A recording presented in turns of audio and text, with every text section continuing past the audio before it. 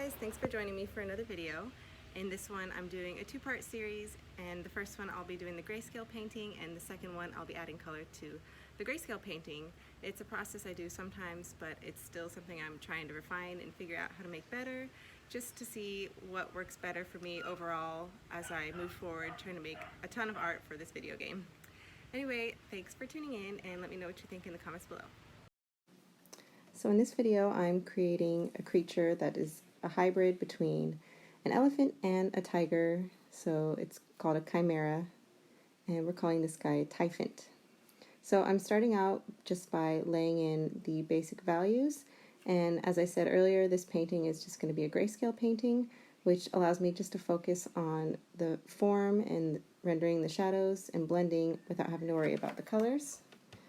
And so I just put in the basic layer for the basic midtone layer, and then I added a multiply layer and a screen layer to do the shadows and the highlights.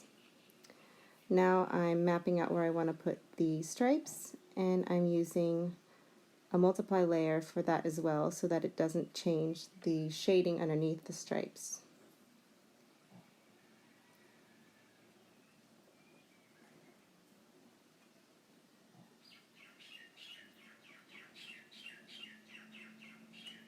So I originally started out by using the selection tool to create the shapes for the stripes, and then I realized it was going to be easier for me just to go in with my brush and draw in the stripes directly, and then I just clean up the edges by using the eraser tool.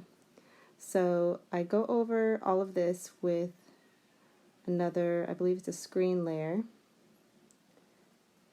just to emphasize the highlight. And then once I'm done with that, I merge all of the layers and I go in and do the more detailed rendering. So I use that square brush that I like to use for painting to blend in the strokes of hair around the stripes, so it's not a perfect straight line for the stripes, and it looks like it's blending into the fur. And then I'm using that same square brush just to draw in the fur over the trunk and to do some more shading on the tusks.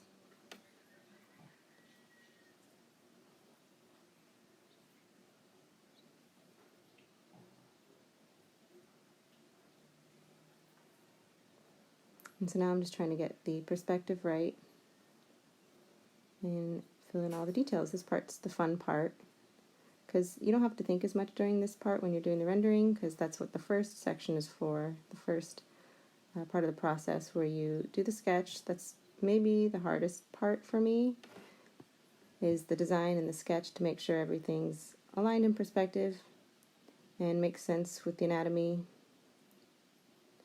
Though of course doing a made-up creature like this, you have a lot more room to make up, you know, different shapes for the anatomy.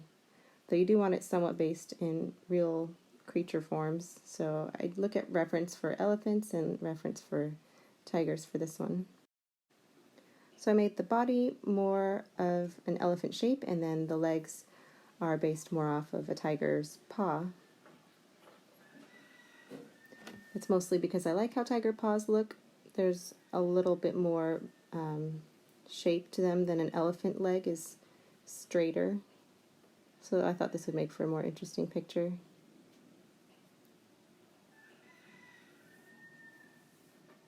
Tigers are a fun creature to add to any other creature if you're doing like a creature hybrid chimera like this, because stripes are fun to add and they are very recognizable as a tiger.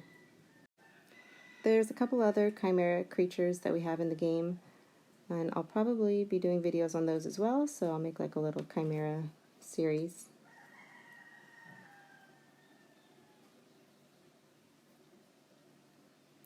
So now I'm just finishing up the rendering for the paws, and that just about does it for this video. In the next one, I'm going to be adding color to the grayscale painting, which is a fairly straightforward and quick process.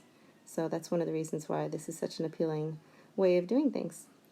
And that's it for now. Thanks for watching.